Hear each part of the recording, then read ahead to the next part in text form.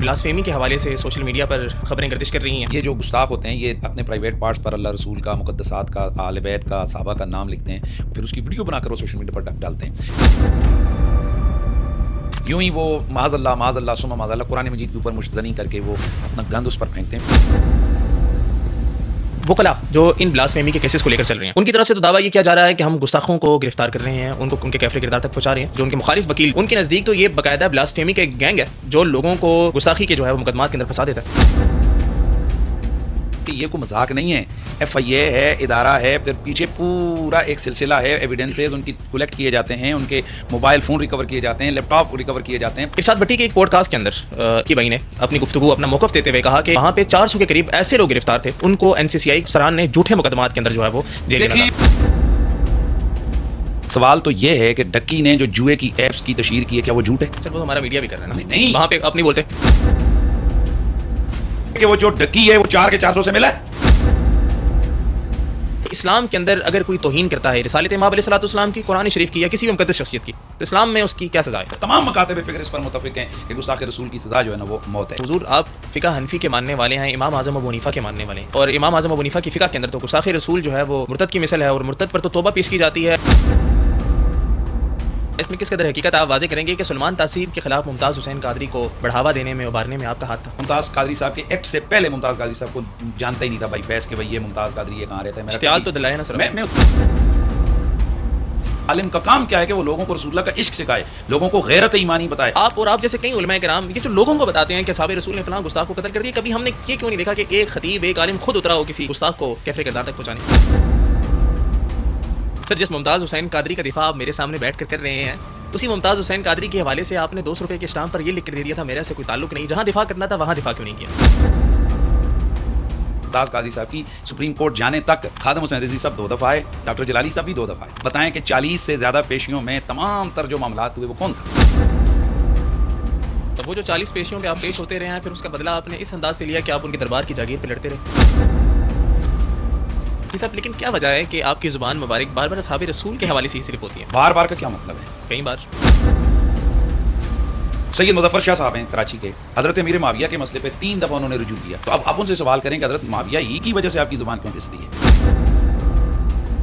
अमीर दावत इस्लामी इलियास अतर-क़ादरी साहब, उनके कितने रुजू हैं? उनकी तहरीर में क्या साहब ये रसूल हज़रत जयजा ग़फ़ारी के लिए गाली का लफ्ज़ नहीं आए हुए? उन्होंने वापस ले लिया ना। फिर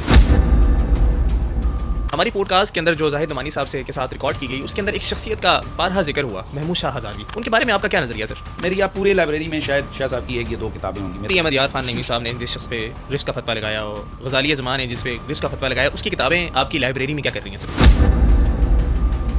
अगर गलत है तो उनके खुलफा के साथ आपके ताल्लुकात क्यों हैं? कौन से खुलफा के? रियाज हुसैन शाह साहब, अब्दुल कादिर शाह साहब, इरफान शाह साहब, इनके बारे में कहा जाता है ये उनके खुलफा की लिस्ट में। आला हज़रत ने बड़ा दो टोक अंदाज से लिखा है कि सैयद का एहतराम उस वक्त तक वाजिब है जब तक कि वो काफिर न हो जाए। तो इन सादात के ऊपर कुफर का फतवा किसने लगाया?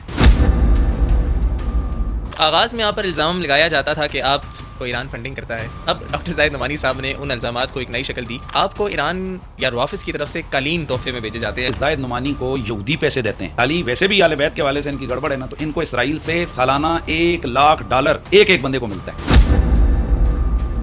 3 तलाकों की कसम उड़ाता हूं, जो कि मुअल्लक करके इस बात के ऊपर आए ना, ये हमारे मुखालिफिन उठाए ना ये कि भाई हनीफ कुरैशी रवाफिज़ से जनाब वाला पैसे लेता है। आए आपने कहा कि हम ऑफिस के साथ ना बैठते हैं, ना बैठना पसंद करते हैं। हमने तो आपकी वो वीडियोस भी देखी कि आप वो जो कट्टर अहले तशी हजरात हैं उनके साथ बैठ के खाना तनावल फरमा रहे हैं, और बाद में खुशगपियों के साथ तस्वीर भी ली जा रही हैं। जलाली साहब पर जो आपकी तरफ से गुस्ताखी का फतवा लगाया गया, इस शरीफ फैसले के बाद उस फतवे के अंदर कुछ नरमी आती है, या आज भी डॉक्टर जलाली साहब गुस्ताख हैं? 5 साल आपके शागिर्द और जनाब ये जो मौलवी और खतीब हैं, ये लंबी लंबी ज़ुबानें खोलकर हम लोगों को चैलेंज करते रहे ना, तुम गद्दार हो, तुम राफजी हो। ठीक है, एक तो कम अज कम कौम के सामने ये चीज़ आ गई ना कि उन्होंने अल्फाज वापस किए कि हम राफजी नहीं थे, हमारी बोली ठीक थी, हम बीबी पाक के दिफा में खड़े थे, अल्हम्दुलिल्लाह। मुनीवर रहमान साहब ने तो डॉक्टर जलाली साहब की जुमले की तायीद की और ये कहा कि इस पर कोई शरई गिरफ्त नहीं बनती। किसी की इज्जत नहीं है रसूलुल्लाह की शहजादी के मुकाबले में, चाहे वो मुफ्ती आज़मुल आज़मुल आज़म हो। मैं समझता हूं कि ये जो फैसला करने वाले बुजुर्ग हैं, इन्होंने इस मसले खिताब को मजीद उलझा दिया। ये मसला जो पिंडी ग्रुप, खासकर आपको जिस तरह समझ आ रहा है, वो इतने बड़े बड़े मुफ्तियान किराम, मुफ्ती आजम पाकिस्तान, बड़े बड़े शेखुल हदीस, उनको समझ क्यों नहीं आया? जो यही जो डॉक्टर जाहिद नमानी है, गालबन वो आप ही का पॉडकास्ट था या किसी और का, कि जिसमें उन्होंने कहा था कि ये मुफ्ती आजम पाकिस्तान, मुफ्ती मुनीर रहमान साहब ये जो ना हराम काम हराम के मुर्तकिब हुए हैं।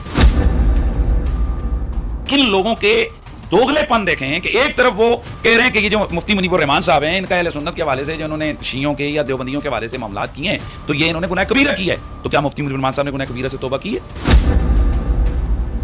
आज मैंने कह दिया गुलाम रसूल कासमी को कि ये नासबी है, तो कितना बुरा लग रहा है सब। इस जालिम शख्स ने अपनी किताब ज़र्ब हैदरी के अंदर हजरत सैयदना इमाम ज़ैद रज़ियल्लाहु ताला अन्हु उनको माज़अल्लाह मुअतज़िली करार दिया।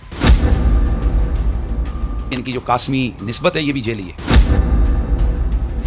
हालांकि ये खुद मुरीद रहे हैं फेरोज शाह साहब जो कराची वाले हैं। सर ये फिरोज शाह साहब वही हैं जिन पे जी जी जी जी जी जी ये वही फेरोज शाह साहब हैं।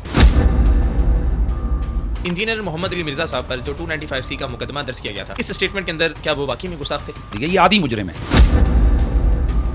करोड़ों ईसाई वो हैं कि जिनको रसूलुल्लाह सल्लल्लाहु अलैहि वसल्लम की जात का इदराक ही नहीं, वो जानते ही नहीं। तो जब वो जानते ही नहीं है तो वो माज़अल्लाह हुजूर के बारे में उन्होंने कहाँ ये अल्फाज बोले? ये तो सर क्रिश्चियन मैदान में आ जाए ना, वाकई उनके इस बयान की तरदीद कर दें कि ऐसा तो कोई बयान है ही नहीं। ये मेरे पास आगे यही है, national peace committee for interfaith harmony. हम कुरान मजीद और मोहम्मद रसूलुल्लाह और शरीयत इस्लामिया की तकरीम और ताज़ीम अपनी मजहबी तालीमात का हिस्सा समझते हैं। हम मसीही मिर्जा जेलमी के इस बयान की जो मसीहों की तरफ तौहीन रिसालत मंसूब किया गया, इसकी शदीद मजम्मत करते हैं। मिर्जा साहब है फड़ो आगे,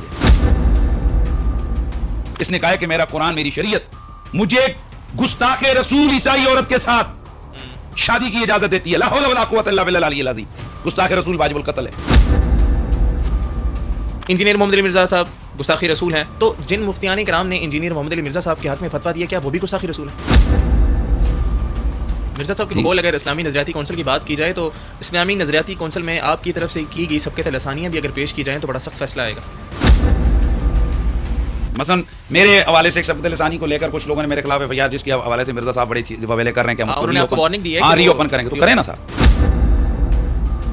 एलपी के जो नायब अमीर हैं ज़हीरुल हसन शाह साहब, उनको कैद की सज़ा हो गई। इसी तरह जो अल्लामा साद हुसैन रिजवी साहब हैं, अल्लामा अनस हुसैन रिजवी साहब हैं, वो एक लॉन्ग पीरियड से जो है वो गायब हैं। लेकिन मैं पूछना चाहता हूँ, अगर यहाँ किसी गुस्ताख को सजा हो जाए उम्र कैद या उसको सजाए मौत, तो पूरा मीडिया चीखें मारता है। तो एक क्या सैयद ज़ादे को एक सजा हुई है, इस पे क्यों नहीं बोले?